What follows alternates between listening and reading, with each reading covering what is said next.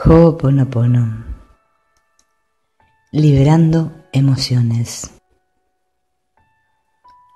Emocionalmente estamos repitiendo lo que nos pasó durante nuestros 7 primeros años de vida. El niño interior es la vía de acceso a lo emocional. Por eso tenemos que trabajar con nuestro niño interno. Darle amor a nuestro niño es amarnos.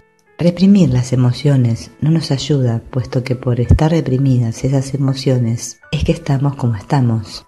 Es muy importante aprender a sentir nuestras emociones.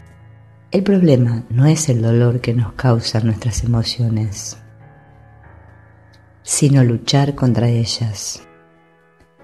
Porque no queremos sentir lo que reprimimos en esos 7 años de vida, porque eso nos representa volver a sentir lo que reprimimos para no sentirlo, pero que nos sigue manejando desde el inconsciente y lo seguimos repitiendo como un disco rayado. Pareciera como que esas emociones nos poseyeran como un alien y nos controlaran. El niño interno representa las emociones de la infancia que piden a gritos salida, que piden ser liberadas.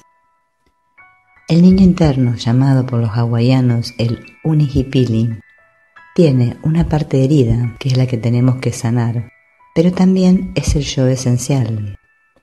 Venimos con una esencia, con unos talentos, pero las vamos perdiendo, porque nos vamos adaptando a lo que nuestros padres quieren de nosotros para conseguir su aprobación. Por eso nos cuesta tanto ser auténticos. Sentimos que si somos auténticos vamos a ser rechazados. El niño va grabando esta idea de hay algo malo en mí. Cuando comenzamos a conectar con nuestro niño interno, a atenderlo, empezamos a notar que mejora nuestro diálogo interno. Si no trabajamos con nuestro niño permitiéndole que se exprese, que saque todo su dolor, lo proyectaremos fuera, atacaremos. Hay que sanar el enfado que tenemos hacia nuestros padres, dejar expresar al niño todo el dolor y la rabia que tiene con sus padres. El niño no entiende lo que le dolió en su infancia de sus padres, no piensa como el adulto que tú eres ahora. El niño es pura emoción. La relación con nuestros padres tiene mucho que ver con lo que atraemos a nuestras vidas. La madre es el sustento, la vida emocional, cómo me relaciono con los demás. El padre tiene que ver con el éxito, con el trabajo. Nuestro trabajo es ser perseverantes para contactar.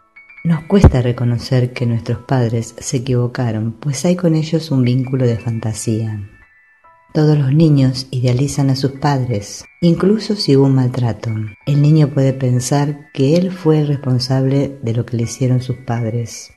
Esta idealización es la base de la defensa del ego y debe borrarse. Nuestros padres no eran malos, eran niños heridos. Nos cuesta amarnos a nosotros mismos incondicionalmente, pues tenemos como un hilo que nos ata a esta aprobación que buscábamos de niños en nuestros padres.